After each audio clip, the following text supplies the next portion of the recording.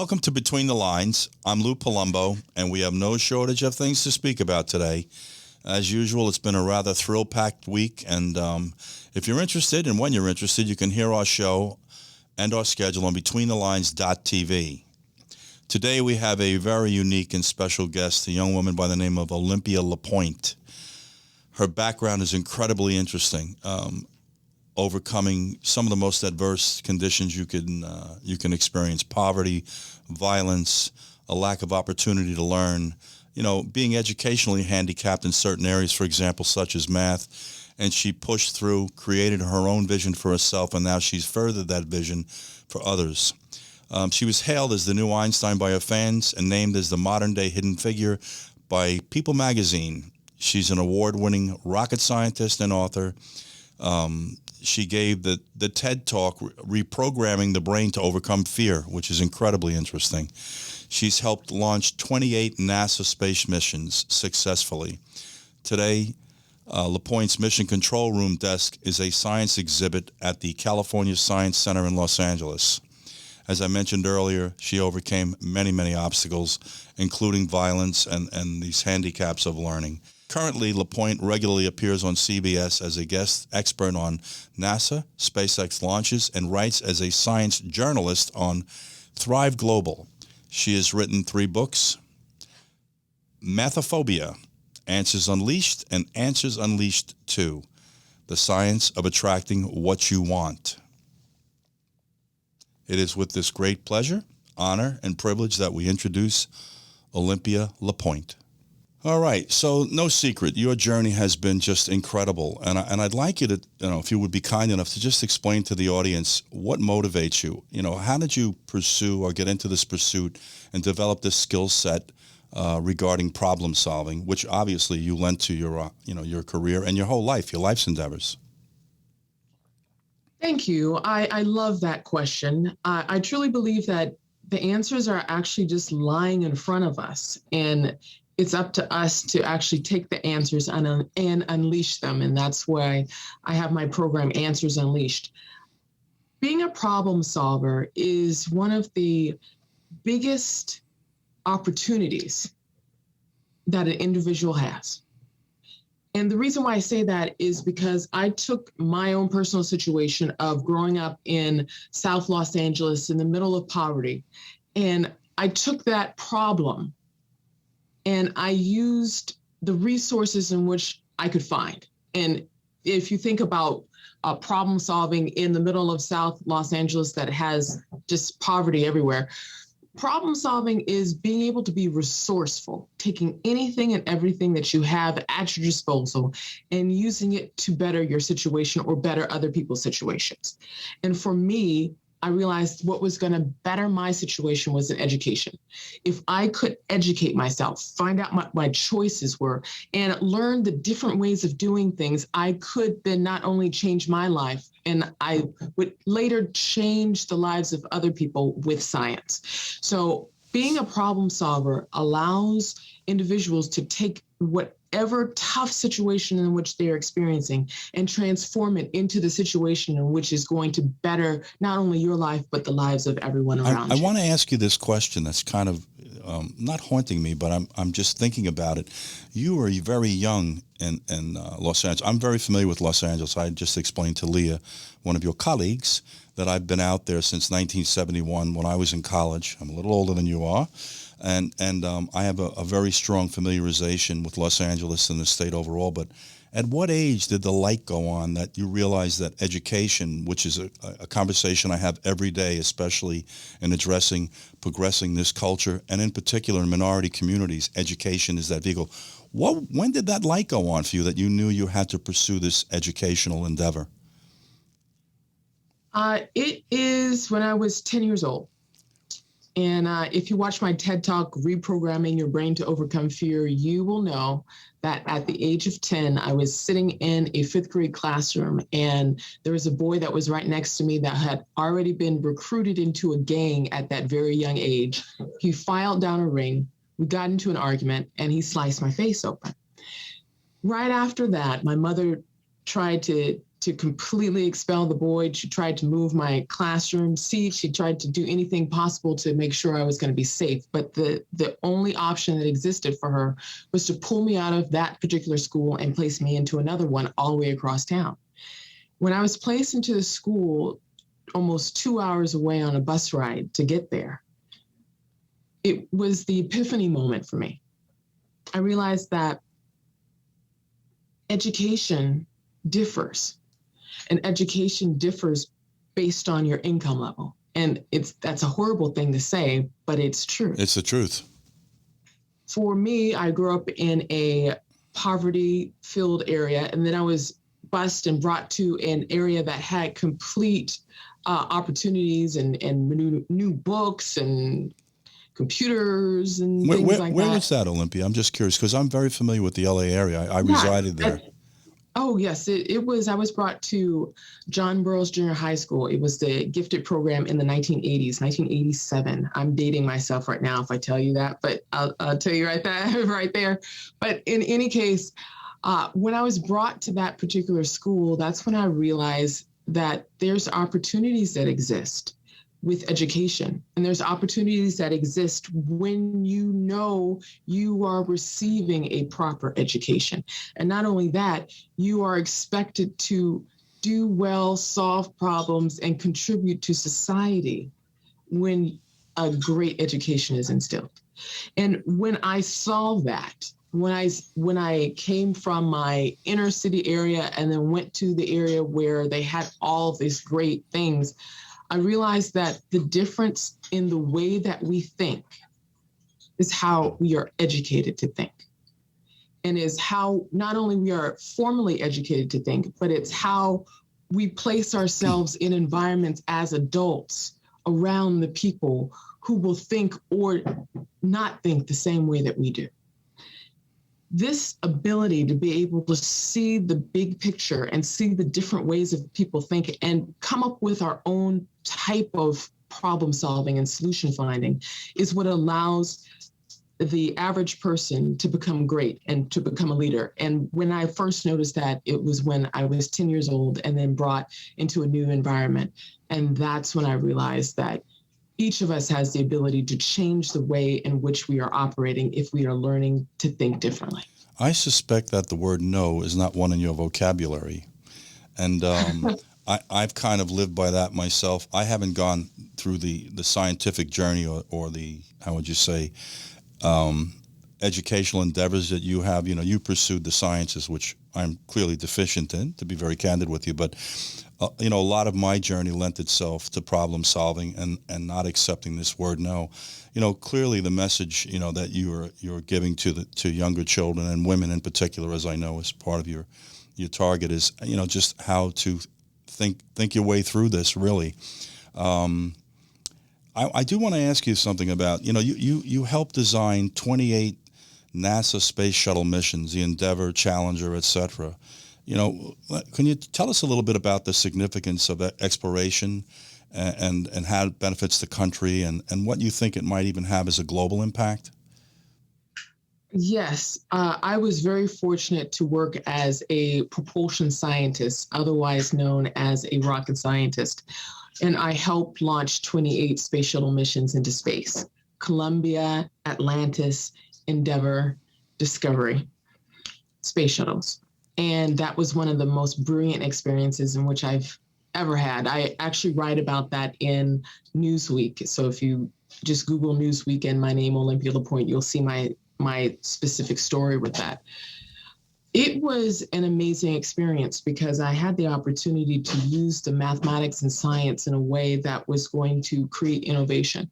And the innovation in which we were doing in the 1990s is something in which is seen today. Like, for example, you're watching me, that we're on a virtual platform. That technology was launched when I was in the propulsion area in this rocket science world. We launched satellites to be able to have visual communication. And that was in the 1990s. And it was the most amazing experience. The simple things that we use in the in the kitchen and the Teflon pans and things like that, that's actually created from our rocket science designs back then, because there's different ways to be able to cook and bake metals so they don't burn. And so when you have these different things, and the innovation in the kitchen is just one prime example of that. And then not only that, we worked on the engines that bring people to Mars. Well, not people yet, but bring rovers to Mars. And if you see that, you'll know that innovation takes time, and innovation is something that's usually defined 100 years out and 20 years out. And it is something in which is birthed. It is something that's a gradual process, and it takes individuals to be able to see the future now and actually start creating. I want to ask you this question, if I may. You alluded to the technology that we're using at this moment. Did you realize back then we would evolve into what we're dealing with today? Did you have some insight into that? I mean, did you go like, geez, wait until the future comes and they start to realize that this continuous evolution of technology is going to lend itself to this form of communication? Did you realize that back then?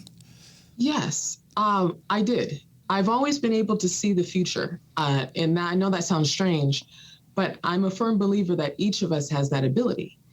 Each of us has the ability to see and look into the future and actually see what we're going to be doing, as well as see what other people will be doing. I truly believe that's a natural gift each one of us is born with, but we learn to mute it with stress and worry and all these things. I personally saw great innovation in advance. I saw myself doing rocket science work when I was 9 years old. It was right after the Challenger explosion in 1986, January 28th, 1986. And I remember seeing myself at this desk doing rocket science designs, and I thought to myself at that time, I am going to help keep astronauts alive. And I was 9 years old, seeing myself in the future. And then years later, I was at that same desk, the same desk that I saw in my mind, and I was doing the rocket science work at that desk. And I realized, oh my gosh, I saw this 20 years ago. We each have the ability to see ourselves doing something great. The question is whether or not we make the decision to actually do it. In the world of rocket science, I brought that same type of skill of being able to see the future to the engineers. I could see how the engine could explode in a way that was not contained. And in rocket science work, the whole point is making sure that something is executed to plan. Explosions happen in a certain direction, gases flow with a certain pressure. You have a plan, and you have to execute to that plan. And for me, I realized that there's things that could jeopardize the plan. I could always see the risks. And when I could inform others of the risks, we had the ability to design that out so we could design in innovation. And the ability to see the future gives us each the ability to create the future that we want. And that's what I write about in my latest book, Answers Unleashed 2. When we can actually start looking towards the future and see ourselves in the future, then we have the ability to start planning to jump over those roadblocks that keep us from going forward. And when we can do that, we then develop the innovation that is not only for our lives, but for the lives of everyone that is around us. You know, we're going to take a quick break, but when we come back, we're going to get into this publication, Unleashed Answers 2, the science of attracting what you want. We're going to be right back, ladies and gentlemen, and then we're going to go right into this discussion regarding this publication, this book. Thank you. Instacart, another interesting concept. You can go to your favorite grocery stores, sign on to their application without leaving your home, the comfort of your home. Just pick out the items you'd like. They'll assign a personal shopper for you and deliver them to the point that you would like them delivered to. Another great concept, very user-friendly, and I'll be honest, we use it also. It's very effective, and they're very, very good. They're very on point.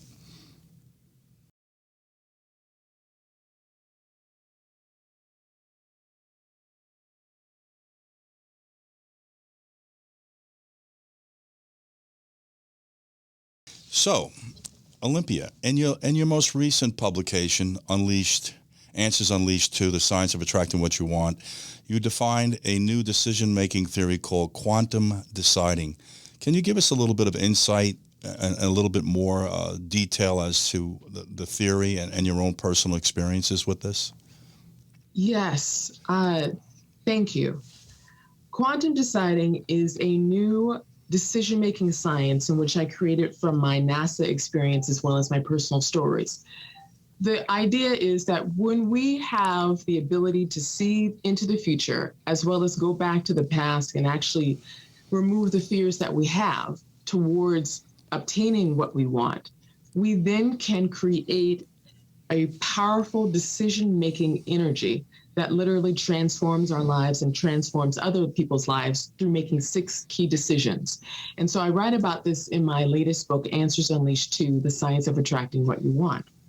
When we can make 6 decisions according to our faith, how we see ourselves in this world, our identity, who we choose to be, our intent, how we plan to change certain situations, our learning, how we choose to gain information, as well as throw out fake news. And then when we use our resources, and then lastly, as we understand how to love ourselves in the process, we then create an opportunity for us to start attracting what we want. And it is broken down in science terms. And now the science is not only described in actually quantum physics and mathematics and the quantum mechanics that I developed in this new theory that I developed, quantum deciding, but it's also told in real life stories. I'm a firm believer that people understand mathematics and science if they're told a story. It doesn't matter someone's background. It doesn't matter what their background is if they understand that we each have a story to tell, and that science also tells itself through a story. When people read the stories, they realize, this science is actually easy to understand, and I can actually use it. And so I love showing how people can make 6 key decisions in their lives to actually move forward with what they want. Interesting. I do want to ask you this, in regards to the future and space exploration, what do you see for us in the future regarding this? I mentioned to you briefly before, I think, about an acknowledgement that we need to continue to explore galaxy, universe, potential other life forms, et cetera, et cetera. I would suspect that the government's agenda might be one that lends itself perhaps to weaponizing outer space, as they refer to it, for the purposes of preservation of our country. But what do you see the future? Do you think climate, for example, is going to have some impact on our future endeavors or our ambitions to find other places? I mean, Elon Musk has even alluded to occupying Mars. Is this something realistic? It depends on who you ask. I'm asking you. Not to put you on the spot, but I'm asking you. Well, I look at the big picture. I look at the pros and the cons, if it's feasible, if not feasible. And I also look at the timeline. Some things are feasible, but it will take time to do. Some things will take a great amount of experience to pull off. And there will be risk involved in pulling it off. And let me describe this, and I'll share the story. Before Apollo 11, we had 3 astronauts that were in the test flight that died before they could even launch. And it was 3 individuals that gave their lives for science. And because this is what happened, they tried to launch this particular test flight of Apollo. They tried to put pure oxygen within the cockpit. Well, not complete pure oxygen, but a higher level of oxygen within the cockpit, but that was highly flammable. When there was an electric short within one of the areas of the capsule, it caused the oxygen to catch fire, and then there was an entire explosion, and 3 people died. These individuals went in knowing that there was a risk. Space travel is not a system in which you play with.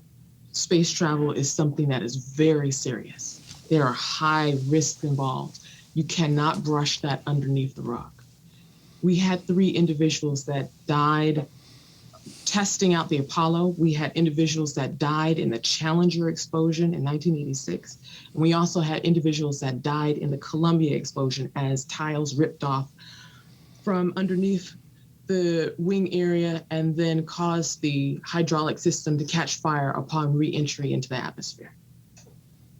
These are the risks of space travel. It's not all fun and games. It is a serious business. And when we realize that this is a serious business, we can treat it as having serious innovation. I have a question for you then. So what's your take on what's going on with Mr. Branson and Mr. Bezos?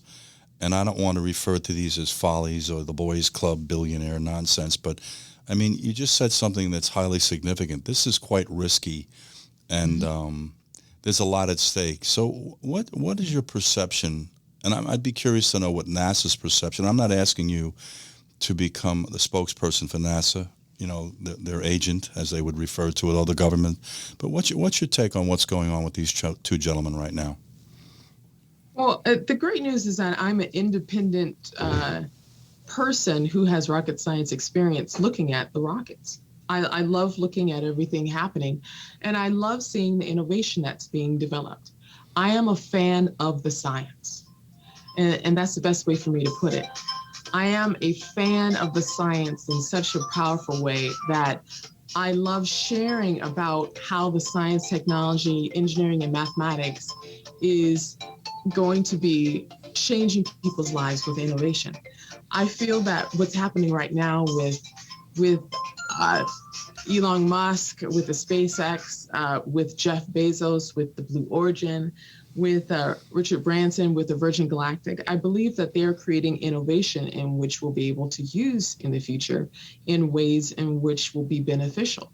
Now, it's really important for whoever owns these type of space travel programs to be able to understand the importance of, 1, making sure human lives stay safe, 2, bringing innovation to all people, and 3, understanding that we have an opportunity in front of us to push the boundaries, to move forward, but we also at the same time have the responsibility to save what we have right now on Earth, which is our water, or making sure we save our air, making sure we have the ability to live on a clean planet. I believe that if the individuals of these large companies were to use that type of revenue to also invest in ways to be able to save our planet, in taking pollution out the oceans and cleaning up the air, I think that would be an excellent innovative approach to be able to balance the space travel with the type of issues that people are facing on Earth. You know, you mentioned something, you know, very important. You listed quite a number of priorities here regarding our planet, and clearly, in my opinion, our number one priority is our children. They represent the future of this country and the future of this world. I think it's safe to say that both of these individuals had to enlist the services of people such as yourself to further this ambition of theirs. Is that safe to say? In other words, that we took some rocket scientists, for example, and put them on their private payroll to help safely develop these vehicles of space travel. Is that? Oh, some of my previous coworkers are working for SpaceX. They are working for Blue Origin. They are working for Virgin Galactic, and they are working for NASA. So my close friends actually work at each one of these places. So I know what they go through. I know what they do to create this innovation. And I am a fan of the science, and I am a fan of what they create with the innovation. And I'm a firm believer that scientists and engineers and computer technology people and mathematicians like myself are people who are going to help save humanity in the future. And we all have our piece. We all have our small piece, and we are all a part of a big puzzle. And when we contribute our problem-solving ability to our piece, that's when the puzzle actually gets solved. Yeah. We're going to take a quick break, and I do want to continue to pursue something that I think is important regarding Mr. Branson and Mr. Bezos' endeavors. What is that ultimately, or what is that potentially going to translate to? We're going to come back in 2 seconds, ladies and gentlemen. We're going to thank our sponsors, Buzzsprout and Instacart, and we'll get to them a little later as well. We'll be right back. So let me tell you a little bit about Buzzsprout. Very interesting concept. Basically, it allows you to set up your own podcast. One of the most advantageous things about using Buzzsprout is it's user-friendly. So I encourage you highly, if your inclination is to create your own podcast, please look into Buzzsprout. And by the way, we use it.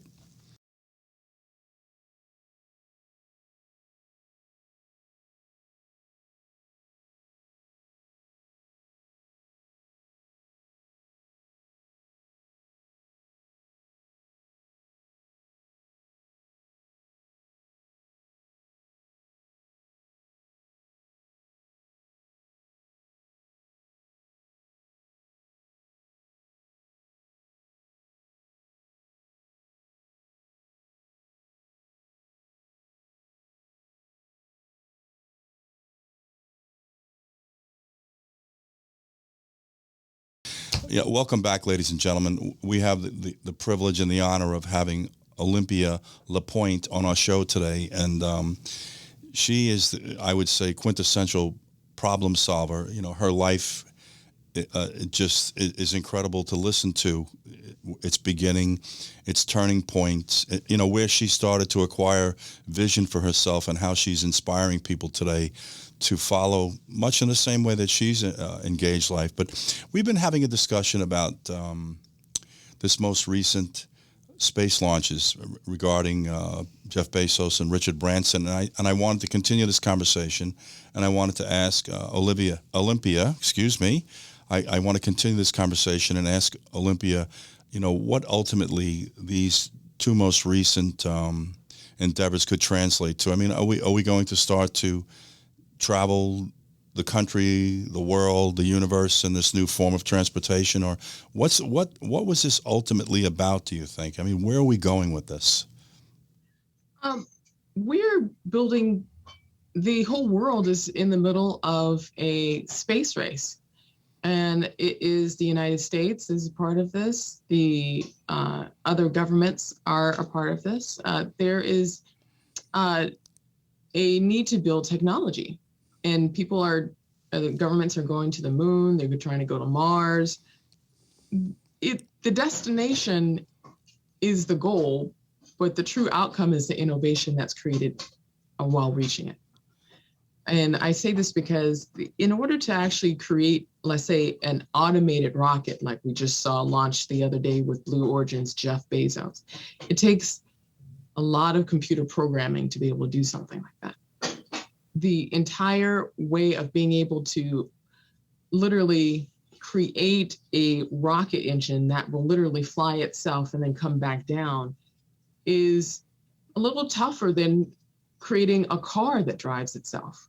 But you got to think about this. We have self-driving cars. Now we actually have self-driving rockets. And it's the technology that is being used within artificial intelligence to create these type of breakthrough approaches.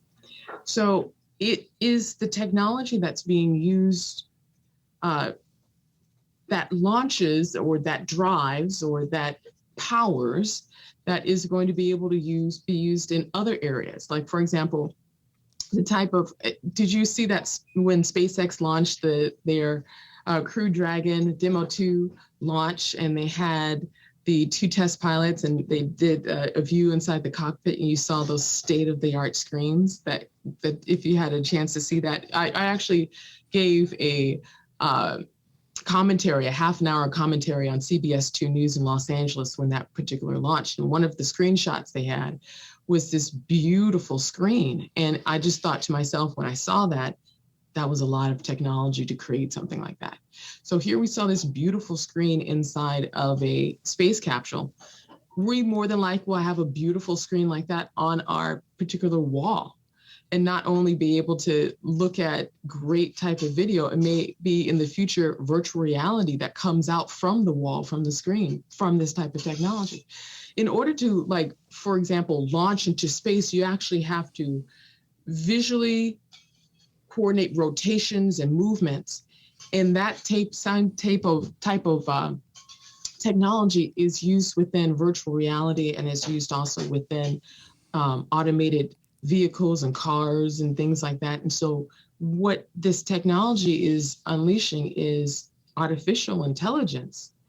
So things operate by themselves. So we just witnessed Richard Branson and Jeff Bezos undertake, a rather, I would say, a very exciting launches. And the thing I'm curious about is, how do you see that translating to the benefit of the masses? Do you think we will all benefit from their pursuits in the distant future, or is this kind of something that's just entertaining for them, or will only people that are affluent, have the experience of going to space? Like you mentioned earlier about what you learned during your days as a rocket scientist working for NASA, and the fact that we're now experiencing or benefiting through the technologies you and I are interacting on right now. So that's really where my question is, your point of view regarding their endeavors and how it's going to impact us as a whole.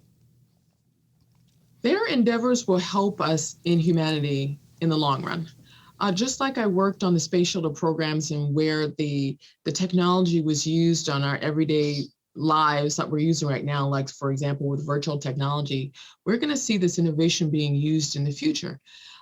This innovation is something that's going to take the form of artificial intelligence. It's going to take the form of new visual technologies. It's going to take the form of audio learning. It's going to take many different forms that we're going to see in the next 5 to 10 years. It was really what we're going to be looking at.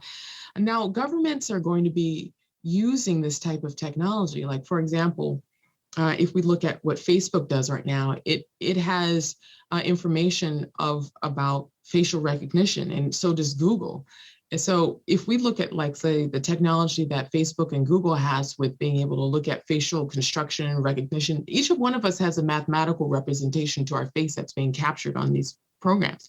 And that's also being used, like, within technologies right now, for example, with the DNA's research and the type of cancer cell treatments. That same type of code that was taken from our facial recognition is then placed to the code of a DNA strand, and any type of mutations is found out through the mathematics. And so there's correctly targeted medicines that's created when there's mathematical deviations from the DNA that shows the scientists, shows the medical doctors that different type of cancers are coming up before imaging shows that. So we're seeing the type of technology being used today from that type of innovation that was created 10 years ago.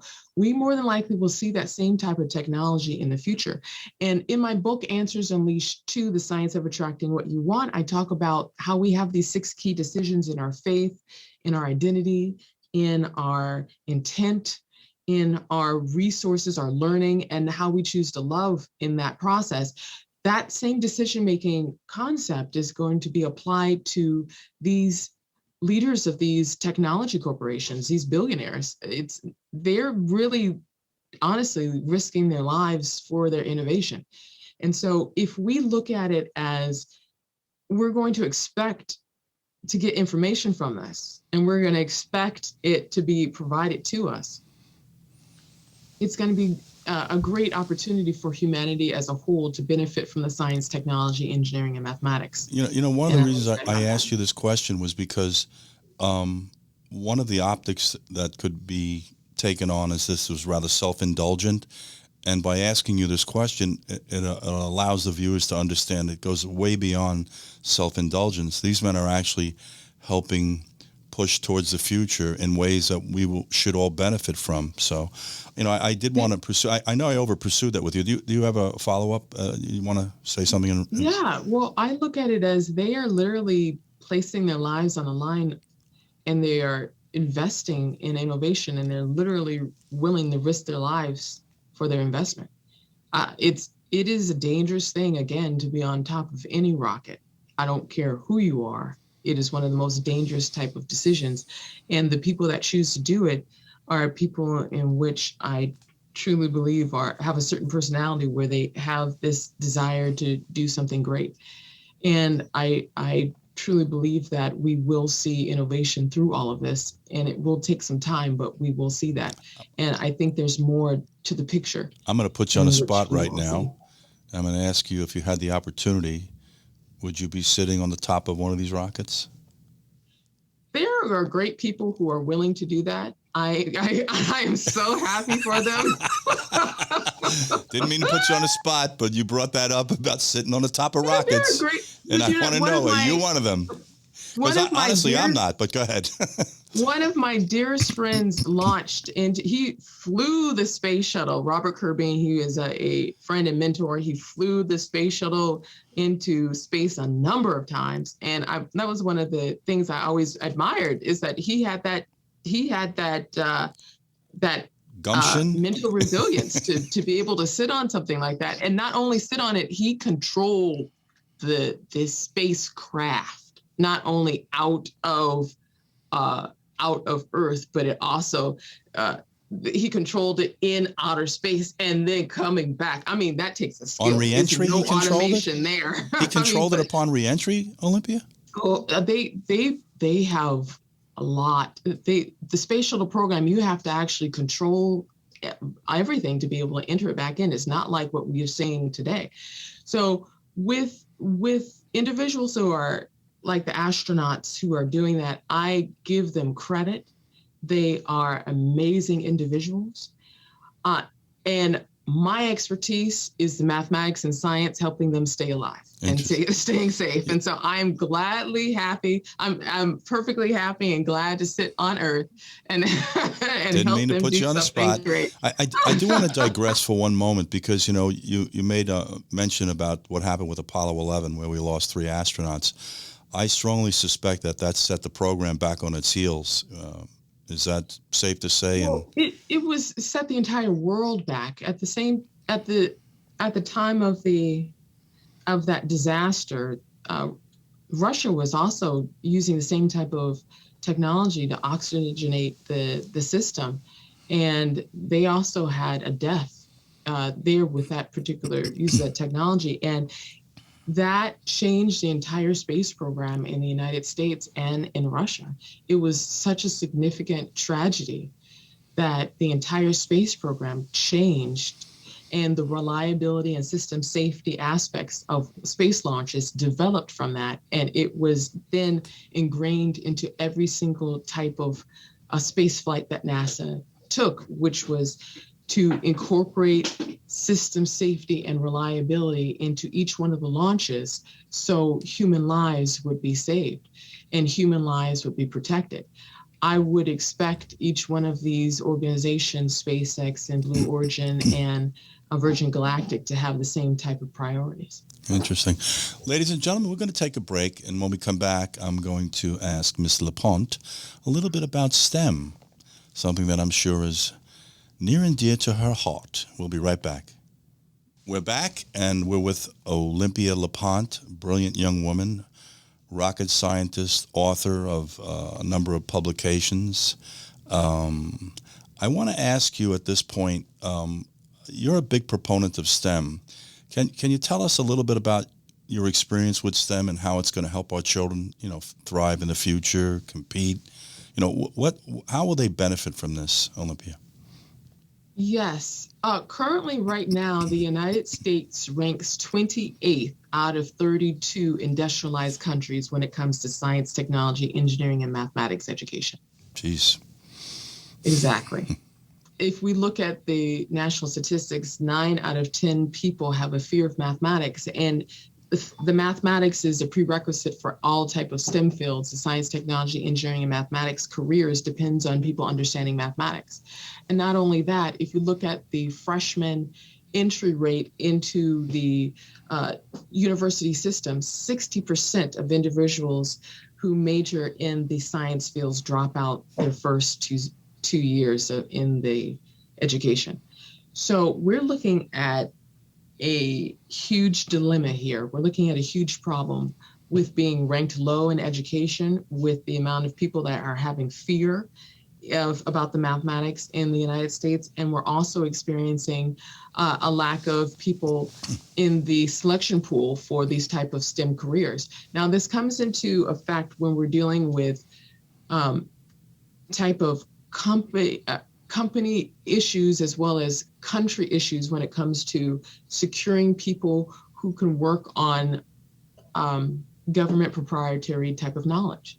If we don't have the people in the United States to be able to go into these fields, study these fields of the science, technology, engineering, and mathematics, then we won't have the technology that we need to compete in the world. And then we are also not going to have the technology that we need to be able to solve our global problems across the world. Interesting. So the reason why I'm so passionate about making sure people understand how to solve problems using the tool of the science, technology, engineering, and mathematics, otherwise known as STEM, is because when we have the next generation of people who are understanding how to use this science, then we are then developing this innovation from the start.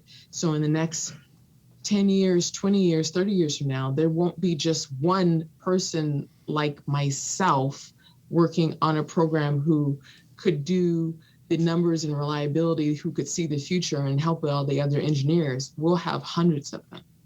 So my goal is to have so many people out there like myself who are solving problems, creating ways for people to think differently, and for creating the type of education that we need to be able to move forward with designing groundbreaking science. Can I ask you, what's the particular significance, say, for women and young girls in inner city? The statistics, what I read before I went into rocket science, was 1 out of 31,000 African American women become a rocket scientist or get a PhD in the sciences. 1 out of 31,000. You have a better chance of being hit by lightning twice than to go that route. Interesting. And for me, I realized that I was going to beat the odds. I was going to find a way to beat the odds and become that one. And my mission has always been, I will not be the only one. There'll be other women. There'll be other people of color. There'll be other men, let's say, who failed mathematics before. There will be many people who will go into these fields and realize that they have a brilliant ability in front of them. And these abilities will be able to translate into great opportunities in the future.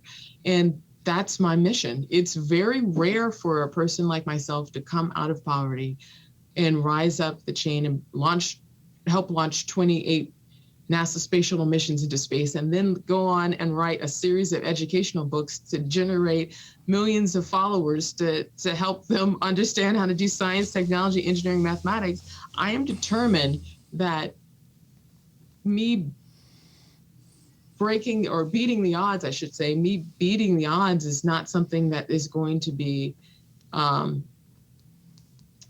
in vain, but rather it's going to be something in which is going to help millions of people down the line. And that's what I'm here to do, is help people understand science so they know how to solve their problems. Yeah, that's going to lead me into the next discussion with you about the current affairs or conditions that we're plagued with in this country today. You and I are living in the same world.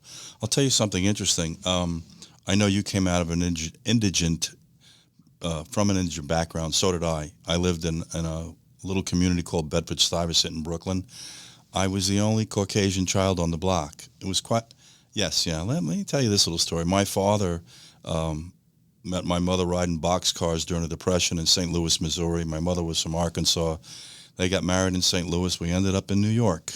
And, we were of meager means, to put it to you politely. And it was an incredible experience for me because it gave me an immense amount of insight into a community that most people do not understand.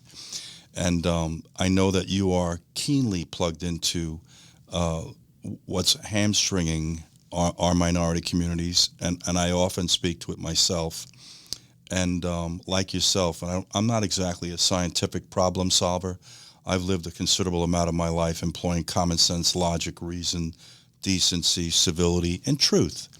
So I know we're looking at a lot of the same problems. I'm curious as to your views regarding the crime in our inner cities, the overall animus, the disparity in which people live, the poverty, the lack of education, the lack of housing, the lack of proper nutrition, and it can go on and on and on. I'm just want to know what you're thinking in regards to this, because you're a problem solver. Yeah, thank you. I truly believe that poverty can be transformed, and it's going to be transformed through making sure people know what their choices are. And I say that from experience, and I truly believe it doesn't matter if you're white, black, Native American, Latino, Indian, doesn't matter. When you're raised in poverty, when you experience poverty, it is something that is very tough to deal with. Everything from not having enough food to eat to not having sometimes toilet tissue when you need it. I mean, things like this, things like terrible like that. And you're seeing it with homeless individuals that are out now. You're seeing it with children who don't have food to eat on a regular basis and they can't go to school. I mean, this is what we're dealing with right now. As we are looking at this type of situation, we are looking at an ability for people to use that problem-solving mentality approach to be able to get through each day into finding a way to be able to transform your life. I'm a firm believer that people who are raised in these type of environments are the greatest leaders in the future, because they have this natural ability to be able to see the terrible type of situation and the survival type of situations and actually find a way to be able to survive and get through it. That same type of thinking is what applies to innovation. I truly believe that if we start investing into places which needs help within education, within healthcare, within housing, if we start investing into people with scholarships, with opportunities, with health, if we start investing into these areas and into these opportunities to be able to help the living situations of people in the United States and people across the world, and not look at poverty as a horrible thing, but look at poverty as an investment. If we can take the type of situation and invest in the type of thinking that people naturally have to be able to get out of these environments and actually start educating them to be able to use their skills and abilities in a way that brings in innovation, that's how we change the world. And that's how we change these type of horrible situations that we are all facing as in humanity into a way in which is going to benefit everybody. You know, I think you and I would agree that adversity and disappointment builds your character. We're alluding to that in this conversation. I believe it's a critical element to your development. The thing I do want to say is inspiring young people and people in general is critically important. I also do believe, though, we need to invest. You use the term invest. We need to invest in many, many ways, in particular into the minority community, to help them kind of reinvent and redefine themselves and eliminate this disparity in which they live. As I mentioned to you earlier, I lived it. I've been in homes. I know what goes on. I was a police officer also. So I have had a really kind of interesting journey as to education after my academic endeavors. I got it prior and it continued afterwards. I think we need to start to put some effort in the form of money and bodies, creating environments where children can live, can learn, for example. In other words, you know, your discussions are inspirational. It gives them food for thought. I say we also now create environments where they can go in and learn, not just be in environments where order is maintained, that their streets are safer, that they don't have to worry about becoming collateral damage to bad boys' behavior, that their housing is brought up to snuff, that their diet and their medical, because you know and I know your medical care, if you are living in Harlem, and I'm sure you're familiar a little bit with Harlem, or you're living in Midtown Manhattan off Park Avenue, is quite different. And I think we need to start to invest in that capacity, along with motivating them, changing their thought process, and teaching them they can accomplish more. You know, one of the things that bothers me today is that we're in such a divide. You know, the rhetoric is wrong. You know, we're not galvanizing people, we're polarizing them. A lot of us are talking about problems. Last week I listened to them once again remind us of 56 shootings in Chicago, and either 11 people were dead or 15. I don't think it really matters as to that number, but this is an ongoing problem. Why are we not figuring out how to address this issue? And what it translates to, I hate to say this, is the infusion of massive amounts of capital that I believe as taxpayers we are responsible for, that I would like to see big business voluntarily, not through the form of socialism by mandate, participate in contributing. We have to reinvent these communities. I say this to people remorsefully. I truly agree with aspects of what you're saying, and what I see is these large corporations that are sending people to space have also the opportunity to actually pour in that same type of money into these areas of poverty to educate the people in the science, technology, engineering, and mathematics. If we look at just the educational system right now with the young people, if we look at impoverished people during the pandemic alone, it was estimated that 8 out of 10 kids in an impoverished area did not have the technology to go online to be able to take their Zoom classes. That's what we're looking at. So if we have organizations that will actually provide the technology for low-income people, as what you were saying, on a voluntary basis, to realize that we have the next generation of innovators right in front of us, and it's our opportunity to invest in individuals. These young kids and the people who are in these situations will realize that there's more to life than what they're currently seeing, and there's options that exist outside of their environment where they can contribute to solutions. So when they know that they have those options, that makes their ability to see their future in that quantum deciding sense. They'd be able to see their future in a way that actually helps, and actually not only helps themselves, but helps other people. Yeah, I think we need to change that living environment. I think everything we're speaking about today will become what we call a sum of all parts. I am unusually plugged into it, to be very candid with you, growing up the way I did. And I just wanted your thoughts on that. I do want to ask you, do you have any closing comments you would like to volunteer? Any thoughts yourself you want to, because we're going to wrap this and give you a chance to escape. I love science. I'm the biggest fan of science. And I helped launch 28 NASA Space Shuttle missions into space. And it was my journey of getting to that point that allowed me to be able to see that we each have options in front of us, but we have to be able to know how to use our decisions in order to reach that outcome, that beautiful outcome that we see. And not only that, we have to know that we have options to begin with, so we can see the future that we want. I'm a firm believer that each one of us has the ability to make 6 different decisions in our faith, in our identity, in our intent, in how we learn, in using our resources, and how we love ourselves and others in these trying times. And when we realize that we have these decisions during any moment in time, that's when we unleash a decision-making power that ignites innovation and it actually pulls us towards the future that we want. And it gives us the opportunity to create the future that we want.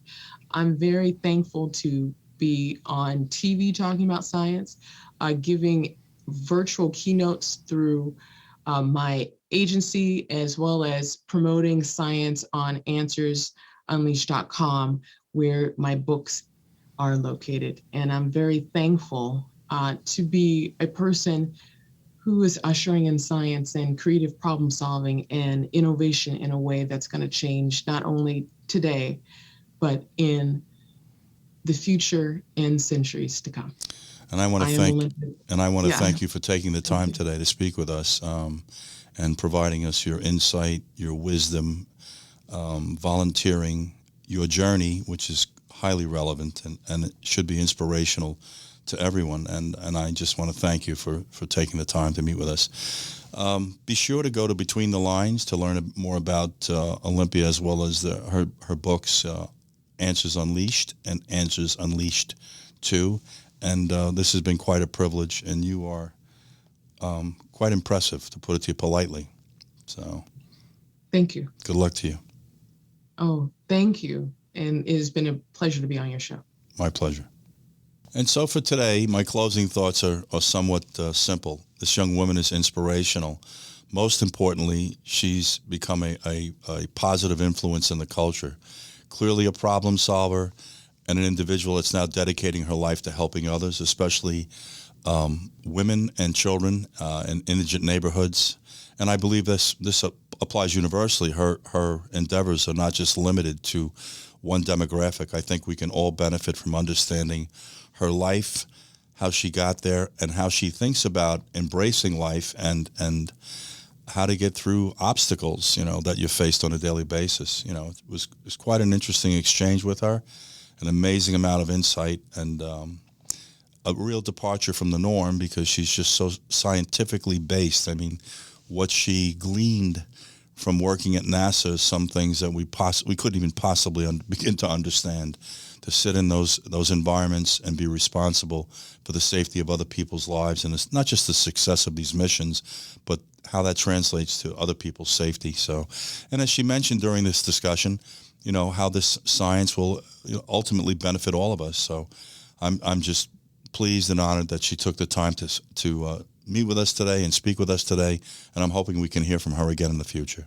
Thank you, guys. Thank you for joining us. And again, I remind you, you can find us at betweenthelines.tv. I'm Lou Palumbo, and this has been Between the Lines.